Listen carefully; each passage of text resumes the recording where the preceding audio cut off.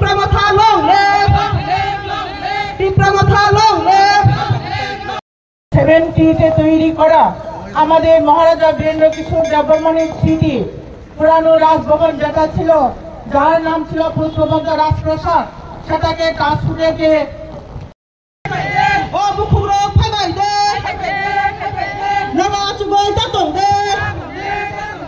দলে দলে ফেলাই দে বুড়ি ফান বাঁচা খা, বুড়ি ফান বাঁচা খা, বুড়ি ফান দলে যোগ দেওয়ার জন্য আহ্বান জানাচ্ছি।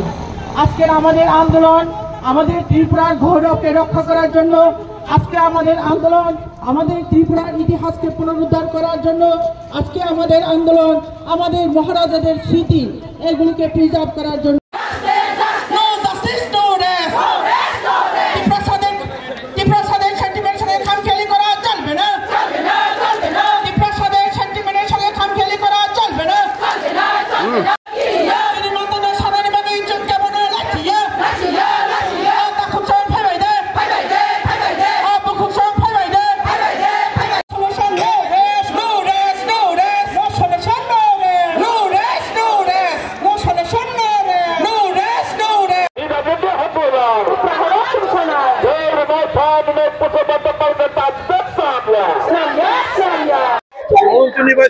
অবমাননা করা হচ্ছে মানুষ করে। না না, সেটা আপনি বলে কি হইব? আপনি অবমাননা করা হচ্ছে।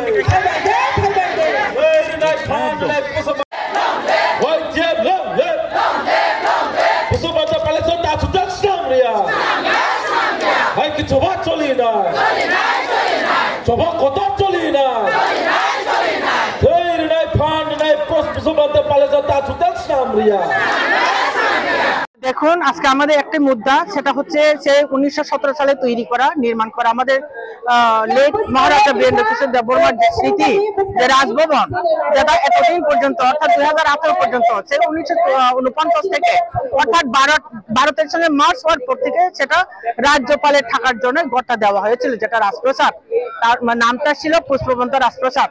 তো এই রাজপ্রাসাদকে ভেরি রিসেন্টলি রাজ্য সরকার সে তাজ হোটেলকে দিয়ে দেওয়ার জন্য ওনারা সিদ্ধান্ত নিয়েছেন, আলোচনা পর্যায়ে আছে বলে আমরা শুনেছি। তো এটার প্রতিবাদে আজকে TWF অর্থাৎ Tripura women frontal organization of Tripura party, তো আমরা এটার জন্য আমাদের তীব্র ধিক্কার, তীব্র নিন্দা আমরা জানাচ্ছি এই পিসফুলি সিটিং ডেমনস্ট্রেশনের মাধ্যমে।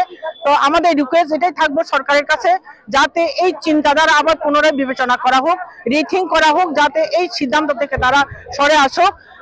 এটার পরিবর্তে আমাদের সেই রাজপ্রাসাদ পুষ্পবন্ত প্রাসাদকে আরো সুন্দরভাবে প্রিজার্ভ করে রাখা হোক, সেটা ছিল আমাদের মহারাজাদের স্মৃতি।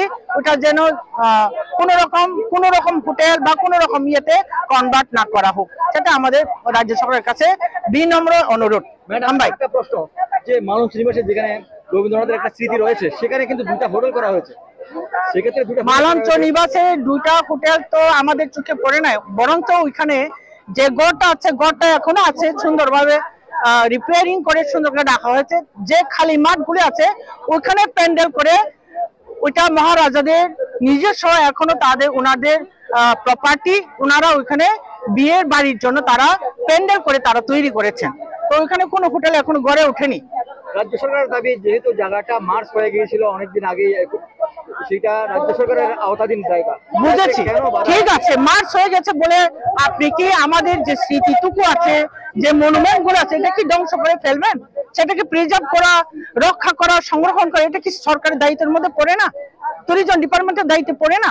আমাদের কাছে এমনও খবর আছে যে কনস্ট্রাকশন যেটা আছে সেটাকে বিন্দু পরিমাণ পরিবর্তন করা হবে না, পরিবর্তন করা না হোক, কিন্তু সেটাতে যদি তাজ হোটেল দেওয়া হয়, সেই হোটেলকে তো কোনোদিন বীরেন্দ্র দেববর্মা মানিক হোটেল তো বলবে না, সেটাকে তাজ নামে দেওয়া হবে, যেহেতু তাজ গ্রুপকে দেওয়া হচ্ছে হোটেল। তো কেন কেন আমাদের মহারাজাদের স্মৃতিকে ধ্বংস করে, বিনষ্ট করে আরেকটা নাম কেন ওখানে টাঙানোর চেষ্টা চলছে? ওইটাই আমাদের প্রশ্ন। চাইছেন যদি নামটা পরিবর্তন হয় তবে না না, আমরা চাইবো যেহেতু মহারাজা বীরেন্দ্র কিশোরের একটা স্মৃতি, তার তার ওখানে তার সমস্ত পরিশ্রমের গাথা ওখানে এখনো, তার শরীরের গন্ধ আমরা ওখানে পাই, আমাদের এই সেন্টিমেন্ট আছে এখনো। কিন্তু সেই রাজপ্রাসাদকে দেখে আমরা এখনো তাদের কতগুলি স্মৃতির কথা আমরা স্মরণ করি, মনে রাখি, আমরা উপলব্ধি করি, আমরা অনুভব করি, আমাদের ফিলিংসের মধ্যে এটা আছে। তো সেটাকে যাতে ধ্বংস করা না হোক, যদি প্রয়োজন হয় সেটাকে আরো সুন্দরভাবে প্রিজার্ভ করা হোক। আপনি যেরকমটা নির্মলকে রেখেছেন ওইভাবে রাখুন, যারা বাইরে থেকে পর্যটকরা আসবে, দেখবেন, উপভোগ করবেন, বুঝবেন আরো যে এখানে রাজন্য শাসিত আমলের যে সমস্ত বিল্ডিং গুলো আছে এখানে প্রিজার্ভ করা আছে, তারা দেখো।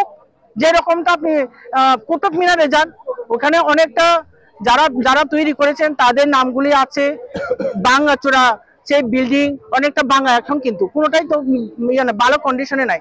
ওইটাকে যেভাবে রাখা হচ্ছে, ট্যুরিজমের জন্য রাখা হচ্ছে, ওইভাবে রাখো।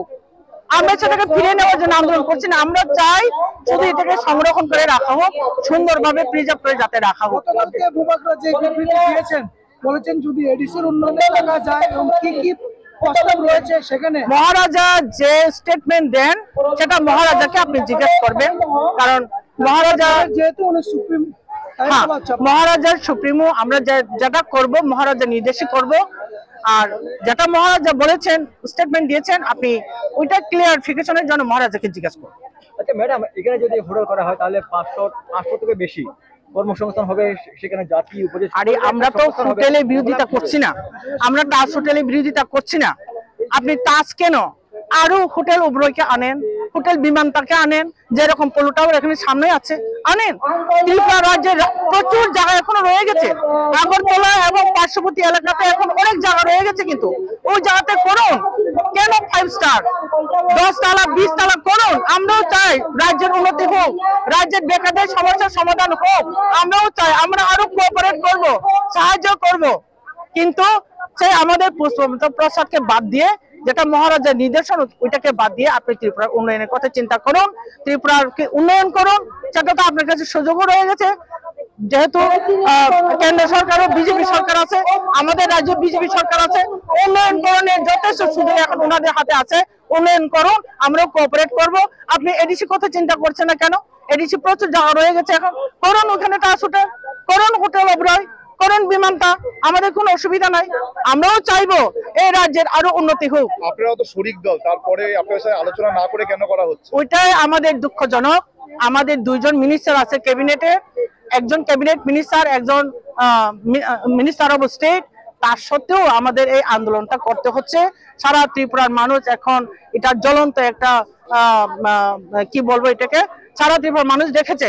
আমরা সরকারে থাকার পরও আমাদের এই পথে নেমে এখন আন্দোলন করতে হচ্ছে। সেটা হচ্ছে আমাদের সঙ্গে বিমাতৃসুলভ আচরণ।